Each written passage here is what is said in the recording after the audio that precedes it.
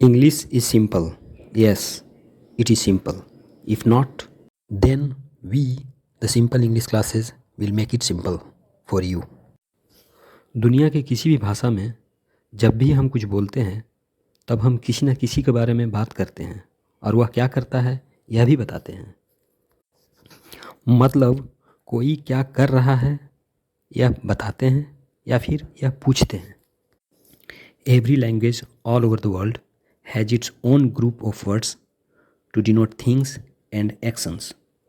To make a sentence, we need a doer or the subject about which we want to say something, and in rest part, we show what the subject is doing. किसी भी भाषा को सीखने के लिए, उस भाषा में सेंटेंस बनाने के लिए हमें कर्ता और कर्म के बारे में जानने की आवश्यकता है। इंग्लिश में यह कर्ता नाउन या इसी से मिलते जुलते अन्य शब्द या फिर शब्दों के समूह होते हैं और कार्य दिखाने वाले शब्द को वर्ब कहते हैं। यह वर्ब एक शब्द का या फिर टेंस फॉर्म में वर्ब फ्रेज के रूप में हो सकते हैं। So all that we need to make a complete sentence is the name only, of course names of things and names of actions. चलिए एक एग्जाम्पल से समझते हैं। एक सेंटेंस लेते हैं, बच्चे खेलते हैं। यहाँ किसके बारे में चर्चा कर रहे हैं? बच्चे के बारे में। बच्चा सब्जेक्ट है इस सेंटेंस का और यहाँ बच्चे किस काम को करते हैं? खेलते हैं। बच्चे को अंग्रेजी में चिल्ड्रन कहते हैं और खेलने के काम को अंग्रेजी में प्ले कहते हैं। तो बच्चे खेलते हैं को अंग्रेजी में कहेंगे चिल्ड्रन प्ले। अब यदि हम इसमें कुछ जोड़ना चाहते हैं सेंटेंस को लंबा बनाने के लिए, जैसे कि फुटबॉल, हम बोलना चाहते हैं कि बच्चा फुटबॉल खेलता है। तो देखिए यहाँ फुटबॉल को हम बच्चा खेलता है के बीच में लाकर डाल रहे हैं। बच्चा फुटबॉल खेलता है, जबकि इसी चीज़ को अंग्रेजी में चिल्ड्रन प्ले, और यदि इसमें हम फुटबॉल को जोड़ना चाहेंगे तो हम कहेंगे चिल्ड्रन प्ले फुटबॉल। चलिए अब इसमें हम जगह को जोड़ कर दिखाते हैं कि बच्चे फुटबॉल खेलते हैं। कहाँ खेलते हैं? मैदान में खेलते हैं, इन द फील्ड। अब इसे जब हिंदी में हम जोड़ेंगे तो बच्चे फुटबॉल खेलते हैं मैदान में नहीं, मैदान में को हम फिर सेंटेंस के बीच में कहीं डालेंगे। बच्चे मैदान में फुटबॉल खेलते हैं, यानी पहले का दिया हुआ जो सेंटेंस है उसके बीच में हम जो है नया नया शब्द को जोड़ते जाते हैं। जब कि अंग्रेजी के केस में देखिए तो चिल्ड्रन प्ले, यदि फुटबॉल जोड़ना है तो चिल्ड्रन प्ले फुटबॉल। यदि इन द ग्राउंड जोड़ना है तो children play football in the ground.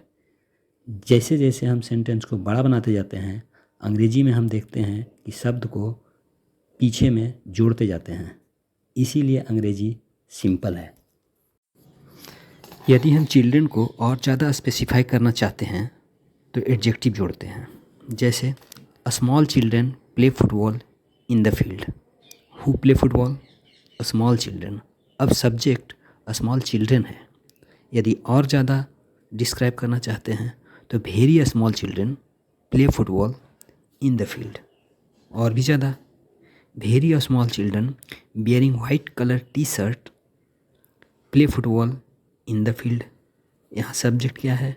यहाँ सब्जेक्ट है very a small children bearing white colour T shirt.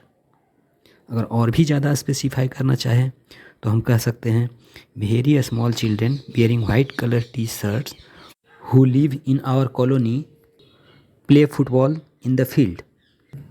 यहाँ सब्जेक्ट है very a small children bearing white colour T shirt who live in our colony. यह पूरा का पूरा subject है।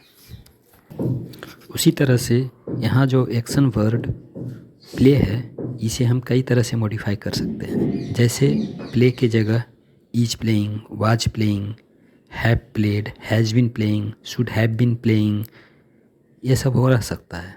इस तरह से हम वर्ब को मॉडिफाई करते हैं। यदि सेंटेंस में ऑब्जेक्ट है तो हम ऑब्जेक्ट को भी मॉडिफाई कर सकते हैं।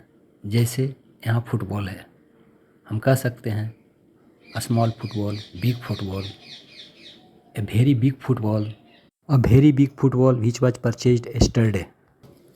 इस तरह से मॉडिफाइड सब्जेक्ट, मॉडिफाइड वर्ब और मॉडिफाइड ऑब्जेक्ट के साथ यह छोटा सा सिंपल सेंटेंस देखिए कितना बड़ा सा दिखता है। Very small children bearing white colour T shirts who live in our colony has been playing a very big football which was purchased yesterday in the field.